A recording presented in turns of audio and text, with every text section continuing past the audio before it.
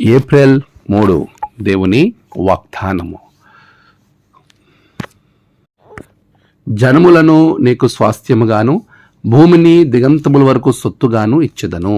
కీర్తనలు 2:8. మన ప్రభువైన యేసుక్రీస్తు నామములో మీ అందరికీ శుభాలు, వందనాలు తెలియచేస్తూ ఉన్నాను. ప్రియులారా, ఎలా ఉన్నారు? అంత క్షేమంగా ఉన్నారా? దేవుని మహాకృపలో మనమంతా క్షేమంగా సంతోషంగా ఉండడానికి దేవాతి దేవుడు చక్కటి సహాయాన్ని మనకు చేసి ఉన్నాడు. అందును బట్టి దేవునికి నేను కృతజ్ఞతాస్తుతులు చెల్లిస్తూ ఉన్నాను. ప్రభువు మనలను ఆశీర్వదించే రీతిని మనం గమనించినట్లయితే ఆయన మనకు జనములను స్వాస్థ్యముగాను భూమి దిగంతముల వరకు సొత్తుగా ఇచ్చెదను అని వాగ్దానం చేస్తా ఉన్నాడు. ప్రియులారా, ఈరోజు చాలామంది ఆశీర్వాదం కొరకు ఎంతగానో ప్రార్థించేవారిగా ఉంటారు.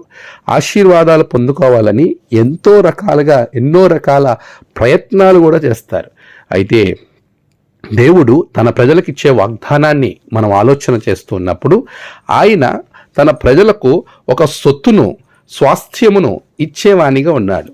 మనం చాలాసార్లు స్వాస్థ్యము, సొత్తు అనేవి ధనానికి సంబంధించినవిగా లేక మనకు వచ్చే ఆస్తిపాస్తులకు సంబంధించినవిగా మనం ఆలోచిస్తూ ఉంటాం. కానీ ప్రభు అంటున్నాడు, జనములను నీకు భూమిని ఇస్తాను అంటున్నాడు. దీని అర్థము, దీని ఆధ్యాత్మికమైనటువంటి లోతైనటువంటి ఆలోచన మనం జ్ఞాపకం చేసుకుంటే, జనములు అనేవి నీ కుటుంబ అభివృద్ధికి సాదృశ్యంగా కనబడుతుంది. ఇక్కడ అబ్రహాముకు పిల్లలు లేనప్పుడు ప్రభు అబ్రహాముతో మాట్లాడాడు, ఇసుక రేణువుల వలె నీ సంతానాన్ని నీకు చేస్తాను.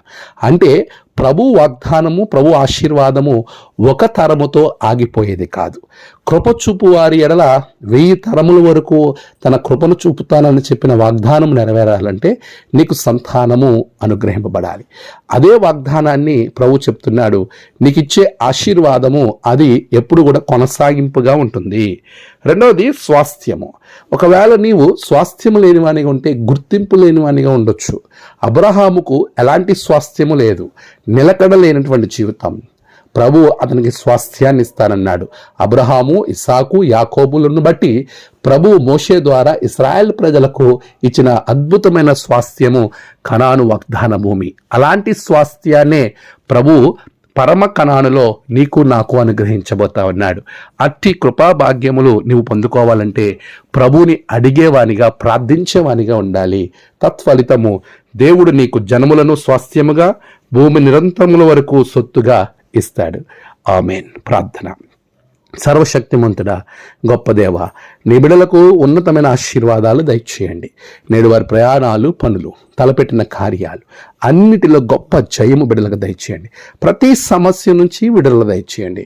నేడు జన్మదినము, వివాహదినము, ఆయా విశేష దినములు జరుపుకున్న బిడ్డలను బహుగా దీవించండి. తమ ప్రియులను కోల్పోయిన వారికి ఆదరణ, నెమ్మది దయచేయండి. ఈ దినదీవులతో నింపమని యేసు నామమున ప్రార్థించి వేడుకొంచున్నాము తండ్రి. ఆమేన్. తండ్రి, కుమార, పరిశుద్ధాత్మ త్రియేక దేవుని దీవెన మీకు తోడుగా ఉండి నడిపించునుగాక. ఆమేన్.